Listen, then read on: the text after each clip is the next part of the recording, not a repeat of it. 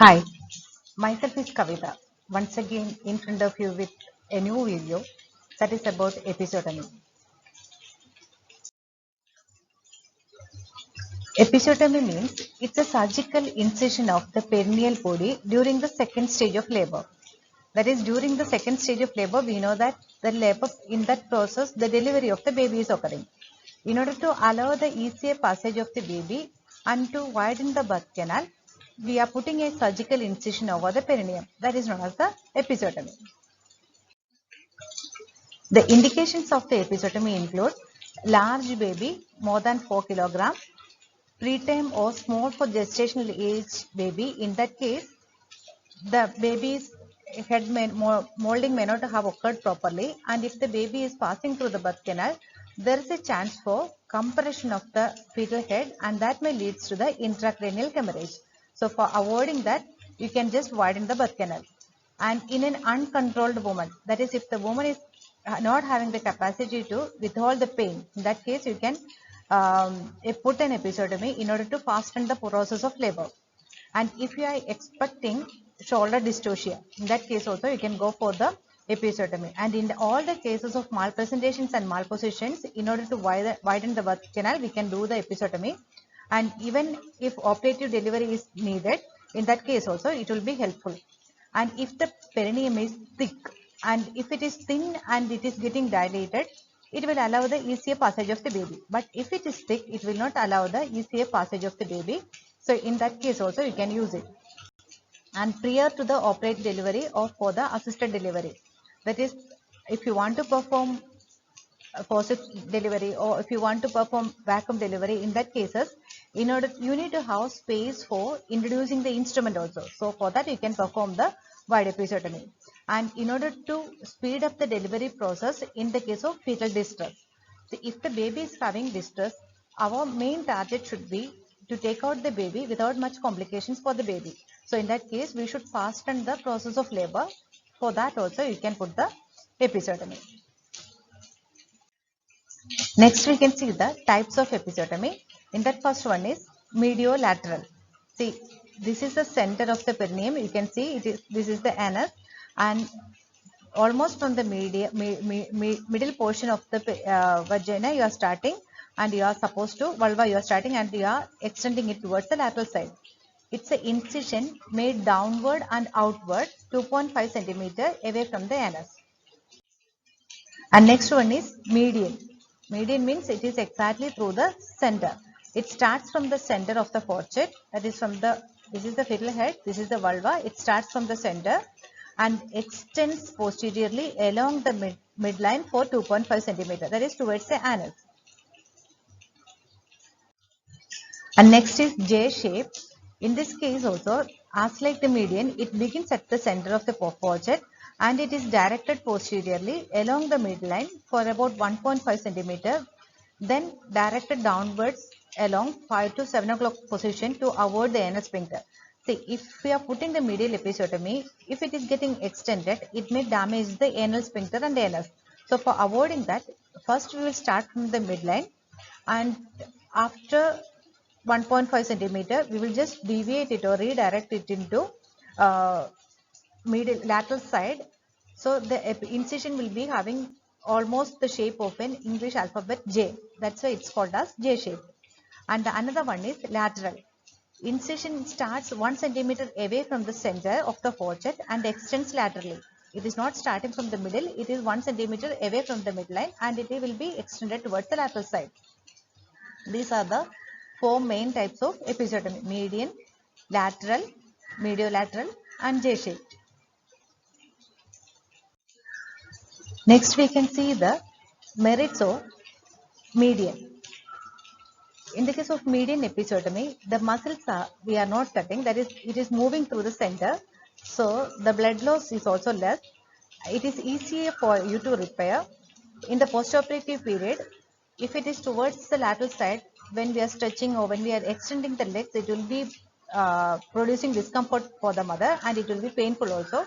But here in the case of median, the discomfort will be less when comparing with the other types. And healing is also maximum because it is not cutting the muscles. and wound disruption, that is separation for the wound, is also less, and chance for dyspareunia, that is painful intercourse, is known as the dyspareunia, and chance for dyspareunia is also less in the case of medial. And when we are coming to the demerits, if it is getting extended, it may go up to the rectum and it may damage the anal sphincter. That is the main disadvantage of the median, and it is not suitable for the manipulative delivery, because in the case of manipulative delivery, again and again you may need to extend the incision, so it is not suitable for that. Next, merits of mediolateral.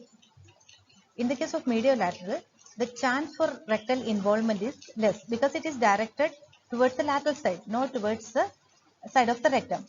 And in case if it is needed, you can extend the incision. If you want to insert the forceps, or if you want to do the version of some manipulative procedures, if you want to extend the incision, you can do it. And the demerits include wound apposition is not good. When we are putting it towards the lateral side, you will damage the blood vessels and muscles, so the blood flows will also more. And post-operative discomfort is more because it is extending towards the lateral side. So when the lady is changing the position, the discomfort and pain will be more. Same way, when we are extending the legs and all, there is a chance for wound disruption or separation of the stitches, and more chance for dyspareunia, more chance for painful intercourse is also there in the later in the postnatal period. And now let us see how to put the mediolateral episiotomy. First, you should infiltrate the perineum with 1% lignocaine, that is local anesthetic. And you are supposed to insert 2 fingers into the vagina between the presenting part and the posterior vaginal wall, and place the blade of the scissor inside the vagina and other blade over the skin, and make the incision during the time of contractions, and it should be 2 to 5 centimeter away from the anus. When we are putting the incision during the time of contraction, the lady will not experience that pain, and maximum stretching of the vulva also will be there. So it is better to, the ideal time is, it should be done during the time of contractions. And now let us see how to repair the wound. Soon after the expulsion of the placenta, that is in the 3rd stage of labor, the repair we are doing in 3 layers. First, we are doing the repair of the mucosal layer and submucosal tissues, then the perineum and muscles, then skin and subcutaneous tissue. In this way, in 3 layers, we are repairing the episiotomy wound. And about the postoperative care, after the delivery, daily you should clean the area, and more than that, immediately after the urination and defecation, you are supposed to clean the wound, and you should apply antiseptic agents over the wound. This will help you to prevent the infection. And in the postnatal period, the lady will be having pain, so you can give analgesics and you can apply infrared heat. And about the movement or about the ambulation of the mother, allow to move out of the bed, but the thighs should be opposed.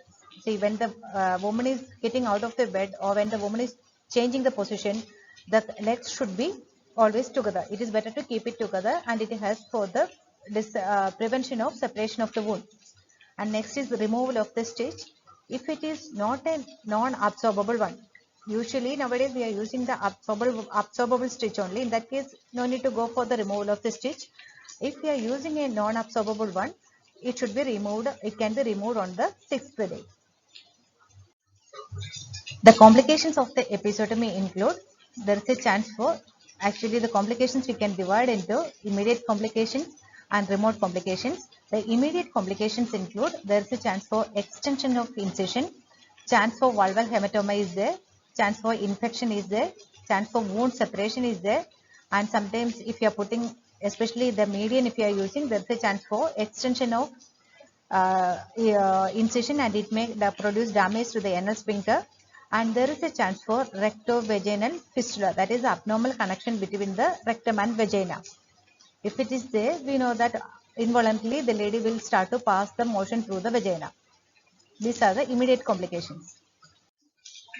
The remote complications include, that is after the delivery, later, at any stage, she may develop the remote complications that include dyspareunia, that is painful sexual intercourse.